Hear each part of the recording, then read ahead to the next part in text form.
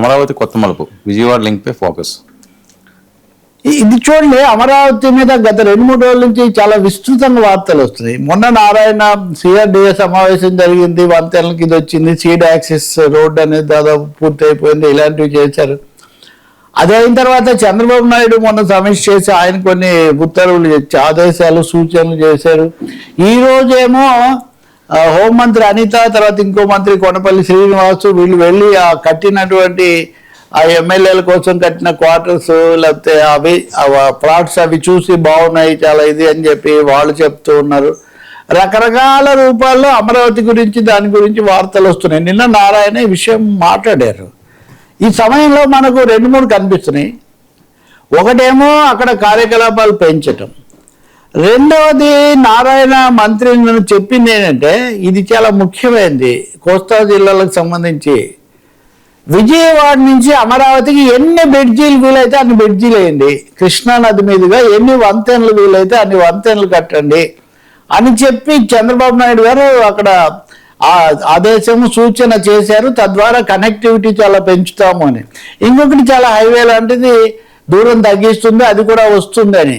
అంటే ఈ దశలో ఒకవైపునేమో ప్రభుత్వ భవనాలు వాటి కట్టడానికి సంబంధించిన ప్రాధాన్యత వాటిని చూపించడం, రెండో వైపున లింక్ విజయవాడ అన్న దాని మీద ఫోకస్ పెంచడం, దృష్టి పెంచడం అన్నది ప్రభుత్వం యొక్క ఆలోచన విధానంలో కొద్దిపాటి మార్పును సూచిస్తుంది. ఎందుకంటే అమరావతి సిఆర్డీఏ చేసినప్పుడు విజయవాడ గుంటూరు మధ్యలో అన్నది బయలుదేరింది. తర్వాత అదే 29 గ్రామాలు భూమి తీసుకోవటము ఆ అంశం మీద ఎక్కువగా ఫోకస్ అయింది. ఒక 5 ఏళ్ళు వాళ్ళు, తర్వాత 5 ఏళ్ళు వీళ్ళు పూర్తిగా పక్కన పెట్టడము, మళ్ళీ వీళ్ళు వచ్చాక హడావుడి ఇప్పుడు 2 ఏళ్ళు అయిపోయింది.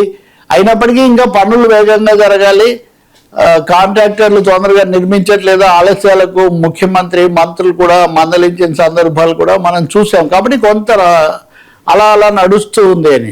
కానీ ఈ సమయంలో 2 విషయాలు మనం చూసాం. ఒకటేమో విజయవాడ గుంటూరులో ఈ విషయాలు మాట్లాడడం పెరిగింది. అంతకుముందు అమరావతి అన్న ఒక్కటే. ఇప్పుడు కేసీఆర్ చిన్ని ఉన్నాడు ఎంపీ, ఆయన గ్రేటర్ విజయవాడ పెట్టాలి, గ్రేటర్ విజయవాడ పెట్టి ఇవన్నీ కూడా కలపాలని ఆయన ఒక ప్రతిపాదన తీసుకొచ్చారు. మీరు ఇటు చూస్తే గుంటూరులో అధికారులు మీరు గుంటూరులో పనులు అమరావతి క్వాలిటీతో చేయాలి, అమరావతి క్వాలిటీ కంటే తక్కువైతే మనం దెబ్బతింటామని ఇక్కడ చెప్పారు. చాలా మంది అన్నది ఏంటి, వాస్తవంగా విజయవాడతో కలిపితే చాలా బాగుంటుంది, ఇప్పటికే పేరున్న ప్రాంతము, రవాణా కూడలి అంటే కాదు, అమరావతి ఎక్స్క్లూజివ్. ఒక విధంగా చెప్పాలంటే విజయవాడ నుంచి ఫోకస్ అమరావతికి షిఫ్ట్ అయిపోయిందేమో అనే కొంత స్తబ్దత కూడా వచ్చినటువంటి ఒక పరిస్థితి ఉన్నది. సో ఇలాంటి సమయంలో చాలా భారీ ఎత్తున వంతెనలు నిర్మించాలి, విజయవాడతో చెప్పాలంటూ విజయవాడ అమరావతి కలిపి అమరావతి మెగా సిటీ నిర్మించాలి అనే మాట కూడా నిన్నవాడారు. సో ఇప్పుడు అమరావతి మెగా సిటీ ఇంక్లూడ్స్ విజయవాడనా, విజయవాడ ఇంక్లూడ్స్ అమరావతి అనే చర్చ ఎట్లా ఉన్నా అమరావతి మెగా సిటీ అన్న పేరుతో ఇది అవుతుంటే కాన్సెప్చువలైజేషన్లోనే ఒక తేడా. ఇప్పటికీ విజయవాడకు ఒకవైపున కనకదుర్గ వారిది, దాని తర్వాత ఉన్న ఊర్లు అవన్నీ మామూలు గుంటూరులో భాగంగానే ఉంటాయి. కానీ అవి విజయవాడతో బాగా లింక్డ్ వారం దాటితే ఇప్పుడు బహుశా అదే కాన్సెప్ట్ ఇక్కడ కూడా చేయటము. మూడవది విజయవాడ ఇప్పటికే డెవలప్డ్, దాన్ని ఎందుకు మనం వదులుకోకూడదు అనే ఆలోచన ఒకటి.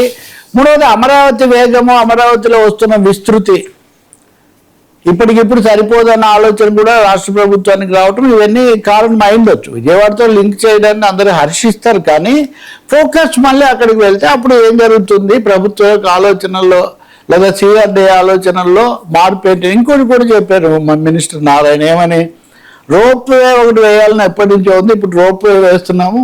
ఈ రోప్ వే కూడా కనకదుర్గమ్మ దగ్గర నుంచి అమరావతిలో ప్రాంతాలన్నీ కూడా కలిపి ఒక రోప్ వే. సో తర్వాత గ్రేటర్ సిటీ లాగా అమరావతి లింక్ టు విజయవాడ అనేసరికి ఒక డ్రీమ్ సిటీ, క్యాపిటల్ సిటీ అక్కడ కట్టడం అన్నదానికి దీనికి ప్రాక్టికల్గా ఎలా ఉంటుందో మనం చూడాల్సి ఉంటుంది. ఇది ఒకటైతే రెండో వైపు నుంచి వైఎస్ఆర్ పార్టీ వాళ్ళు మా మావిగన్న జగన్ చెప్పింది అదే కదా, విజయవాడ గుంటూరు ఇది బందరు మచిలీపట్నం కలిపి మావిగన్ అన్నారు కదా. కాబట్టి చంద్రబాబు నాయుడు మా మార్గానికే వచ్చారని వీళ్ళది ఒక ఆనందం. నేనైతే దీంతో ఏం పాలు పంచుకోను, ఎందుకంటే ఇందులో ఒకటి మచిలీపట్నం లేదు. రెండో విషయం, ముందు నుంచి విజయవాడ గుంటూరు మధ్యలో అన్నది ఉంది. ఆ వాస్తవికత ఎక్కడో దెబ్బతిని కొంచెం పాక్షికంగా అవ్వడం వల్ల కొన్ని సమస్యలు వచ్చాయి. ఇప్పటికైనా దాన్ని గుర్తించి బ్యాలెన్స్ చేసుకోగలిగితే చాలా మంచిదే. కానీ ఇదేదో మావిగన్ ఫామ్లా లేదా మీరు ఉన్నప్పుడు మావిగన్ అని ఉంటే అప్పుడు దానికి ఏమైనా ఒక ఇది ఉండేది, ఒక విలువ అనండి, ప్రాధాన్యత అనండి. మీరు ఒక స్లోగన్గా అది ఇచ్చారు, కానీ ఇప్పుడు అది మావిగన్ ఇచ్చే స్లోగన్. ఇట్స్ నాట్ అదేం కాన్సెప్ట్ ఏం కాదు. రెండోది విజయవాడ గుంటూరు ఎప్పుడో ఇది చెన్నారెడ్డి ముఖ్యమంత్రిగా ఉండగా 1978లో కూడా బీజీటీ కూడా మొదటిది అదే. ఆ తర్వాత విశాఖపట్నం, తిరుపతి అన్నిటికీ ఎక్స్టెండ్ అయింది. కాబట్టి వర్మ ఇక్కడ అమరావతి అన్నది కాస్త విజయవాడ అనుసంధానిత అమరావతి అన్నది ఒక క్వాలిటేటివ్ డిఫరెన్స్ తీసుకొస్తుంది. అది ల్యాండ్ ప్రైసెస్లో కావచ్చు, వ్యాపారులు వీళ్ళందరి దృష్టికోణంలో కావచ్చు, రాజకీయ ప్రాధాన్యతలో కావచ్చు. అది సూటిగా చెప్పకుండా ప్రభుత్వం విధానంలో షిఫ్ట్ అనకుండా వాళ్ళు నెమ్మదిగా సూచనప్రాయంగా చంద్రబాబు నాయుడు అని చెప్పారు. అది నిన్నటితో ఈ రోజుతో వరుస ప్రకటనలు, పైన రోప్వే దగ్గర నుంచి, నీళ్ళ మీద వంతెనల దగ్గర నుంచి, హైవేలను విస్తరణ చేయడం దగ్గర నుంచి మొత్తం దృష్టి అటువైపు పెట్టారు. అది ఎలా ఉంటుందో మనం చూడాలి. సో ఈ సమయంలో అసలు అమరావతి దాని భవిష్యత్తు ఎట్లా ఉంటుంది? ఒక్క వైసీపీ తప్పితే ఎవరు అమరావతి కట్టాలి, తొందరగా కట్టాలి, వాస్తవంగా కట్టాలని చెప్తున్నారు కదా. ఈ సమయంలో కర్ల్ ఉపాధ్యాయ్ అనే ఆమె చేసిన ఒక urbanising the future a new city in agrarian city project in agrarian South India అని 10 ఏళ్ల పాటు అమరావతిలో అధ్యయనం చేశారు. ఫ్రంట్ లైన్ పత్రిక ఈసారి ప్రత్యేకంగా ఆమెను ఇంటర్వ్యూ కూడా చేశారు, వాళ్ళ ఇది కూడా ఇచ్చారు. ఇది చాలా ఇంట్రెస్టింగ్. ఈమె పరిశోధించి కొన్ని ముఖ్యమైన అంశాలు చెప్పారు. మన వీక్షకులు కూడా ఎప్పుడు వింటున్నారు కాబట్టి మనం పంచుకోవడం మెరుగ్గా ఉంటుంది. ఈమె కేవలం అమరావతి కోసం చేయలేదు, అర్బనైజింగ్ ది ఫ్యూచర్. ప్రపంచవ్యాప్తంగా ప్రపంచ బ్యాంకు నమూనానండి, ఇప్పుడు గ్లోబలైజేషన్ అండి, ఈ క్రమంలో గ్రామీణ ప్రాంతాలను పట్టణ ప్రాంతాలుగా మార్చేటటువంటి ఒక ప్రక్రియ జరుగుతుంది. ఈ ప్రక్రియకు ప్రపంచ బ్యాంకు అప్పులు ఇస్తుంది. రెండవది గ్రామాల్లో ఉన్న భూములను అసెట్స్గా మార్చడం,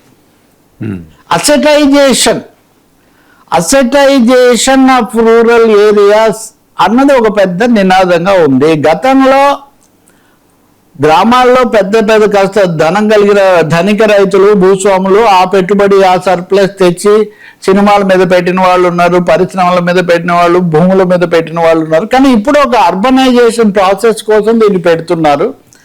హైదరాబాద్లో కూడా అలాగే పెట్టారు, మద్రాసులో వెళ్ళి సినిమా రంగంలో పెట్టారు గతంలో. ఈ పెట్టే క్రమంలో రాజకీయాలు, వాళ్ళ సామాజిక నేపథ్యాలు ఇవన్నీ కూడా ప్రభావం చూపించాయి.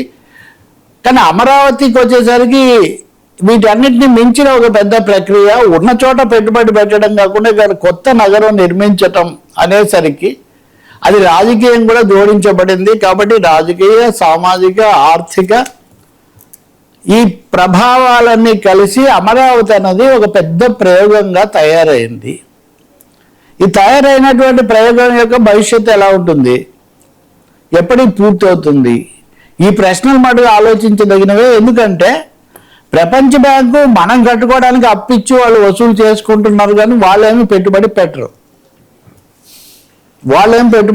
పెట్టట్లేదు కూడా, పెడతారని ప్రభుత్వం కూడా చెప్పట్లేదు. భూములు కొనుక్కున్నటువంటి వాళ్ళు, డబ్బు కలిగిన వాళ్ళు కావచ్చు, డబ్బు లేకపోతే సమకూర్చుకొని కొన్న వాళ్ళు కావచ్చు, వాళ్ళు భూమికి విలువ వస్తే భూమి అమ్ముకుంటారు. రైతులేమో తమ భూమికి ఎక్కువ విలువ వస్తుంది అనుకుని పూలింగ్ ఫార్ములా పనిచేసింది కాబట్టి దేశంలో చాలా చోట్ల వచ్చినట్టు ఇక్కడ నిరసన రాలేదు. అనేక మంది రైతులు ఇచ్చారు, ఈ విధమైన రైతులు. ఇప్పుడు ఈ రైతులు కానీ, పెట్టుబడి పెట్టిన భూములు కొన్న వాళ్ళు కానీ వీళ్ళందరూ కోరేదేంటి? భూమికి విలువ పెరగాలి. భూమికి విలువ పెరిగితే తమకు లాభం జరుగుతుంది, లేదా తమకు భవిష్యత్తు బాగుంటుందని వాళ్ళు ఆశిస్తున్నారు. కానీ భూమికి విలువ పెరగాలంటే అక్కడ వ్యాపారాలు, ఆర్థిక లావాదేవీలు ఇవన్నీ పెరగాలి అంటే పెద్ద కార్పొరేట్లు లేదా అంతర్జాతీయ పెట్టుబడులు వస్తాయంటే వచ్చే వాతావరణం ఇప్పటికి కనిపించట్లేదు. ప్రభుత్వమే భూమి ఇచ్చి సదుపాయాలు, రాయితీలు ఇవన్నీ కల్పిస్తే కొంతమంది నెమ్మదిగా వస్తున్నారు. కానీ అమరావతిలో ఇప్పటికిప్పుడు బయట నుంచి భారీగా పెట్టుబడులు వచ్చే అవకాశం అంతగా కనిపించడం లేదు. రెండవది రాజకీయాలతో కూడా ముడిపడి ఉంది. రాజకీయాలు అన్నప్పుడు తెలుగుదేశాన్ని ఒక వర్గం, వైసీపీని ఒక వర్గం వీళ్ళు బలపరుస్తారు. ఇవి రెండు ప్రధాన రాజకీయ పార్టీలుగా ఉన్నాయి కాబట్టి ఈ రాజకీయ మార్పులు కూడా అమరావతి భవిష్యత్తు మీద ప్రభావం చూపిస్తాయి. ఇప్పుడు తెలుగుదేశం హయాంలో కొంత జరిగితే బీజేపీ మద్దతు రాలేదని వాళ్ళు బయటకు వస్తే, వైసీపీ వచ్చి మొత్తం ఆపేస్తే ఈసారి ఎన్నికలు ఏం జరుగుతుంది? కాబట్టి ఇది నేను మన రైతు సోదరులు, భూములు ఇచ్చిన వాళ్ళందరి గురించి కూడా ఇది చెప్తే ఇది ప్రపంచవ్యాప్తమైన చర్చ జరుగుతున్న విషయం. కాబట్టి ఈ రాజకీయ అంశాలు, సామాజిక అంశాలు, వ్యాపార ఆర్థికంగా లాభం కలుగుతుందా లేదా, ఇవన్నీ కలిసి అమరావతి పెరుగుదల విస్తరణ ఆధారపడి ఉంటాయి.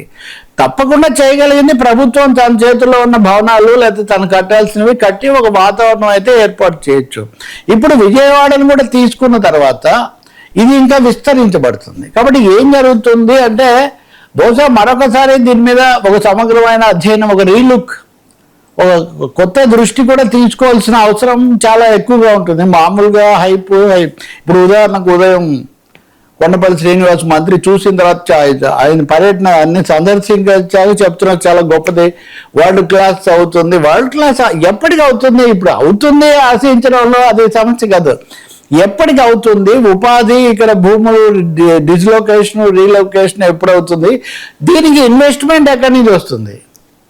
అసెటైజేషన్ అవుతుంది. ఇది సెల్ఫ్ ఫైనాన్సింగ్ అని అన్నప్పుడు సెల్ఫ్ ఫైనాన్సింగ్ ఇప్పటికి జరగలేదు.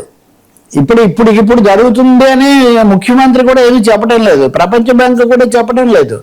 కాబట్టి ఈ అధ్యయనం చేసిన కార్ల్ ఉపాధ్యాయ చెప్పేది ఏంటంటే, భారతదేశం లాంటి వ్యవసాయ ప్రధానమైన దేశంలో ఈ నమూనా కొన్ని లిమిటేషన్స్ ఉంటాయి. It's an experiment, it takes time.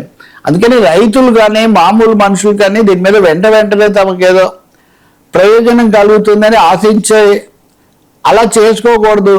వాళ్ళ ప్రత్యామ్నాయాలు వాళ్ళు చూసుకోవాలి. డబ్బు గల వాళ్ళు అంటారా, వాడికి భూమి అమ్ముడిపోతే పోతుంది, లేకపోతే వాళ్ళకి వచ్చిన సమస్య ఏం లేదు. కాబట్టి అమరావతికి సంబంధించిన రాజకీయ మార్పులు, ఉదాహరణకు రేపు ఎన్నికల ఫలితం ఎలా ఉంటుంది? ఎన్నికల ఫలితం తర్వాత వచ్చే ప్రభుత్వం ఒకవేళ వీళ్ళే వచ్చినా వాళ్ళే వచ్చినా వాళ్ళు ఎటువంటి వైఖరి తీసుకుంటారు? మారుతాయి. ఇప్పుడు జగన్మోహన్ రెడ్డి ఉన్నాడు, ఆయన తనున్నప్పుడు పూర్తిగా ఆపేశారు. ఇప్పుడు ఆయన మావిగన అంటున్నారు. మావిగన అన్నప్పుడు ఇక్కడ ఎంత అభివృద్ధి, ఏ నమూనా జరుగుతుంది? చంద్రబాబు గారే వస్తారు 15 ఏళ్ళు అయిన తర్వాత, అప్పుడున్న పరిస్థితులు ఎలా ఉంటాయి? ఇవన్నీ ఉన్నాయి. కాబట్టి అమరావతి గురించి ఒక కేవలం ఒక హైపులో మునిగి తేలటం కాదు, ఒక వాస్తవిక పద్ధతిలో వెళ్లాల్సి ఉంటుంది. ఇప్పుడు ఆ క్రమంలో విజయవాడను కూడా లింక్ చేసిన తర్వాత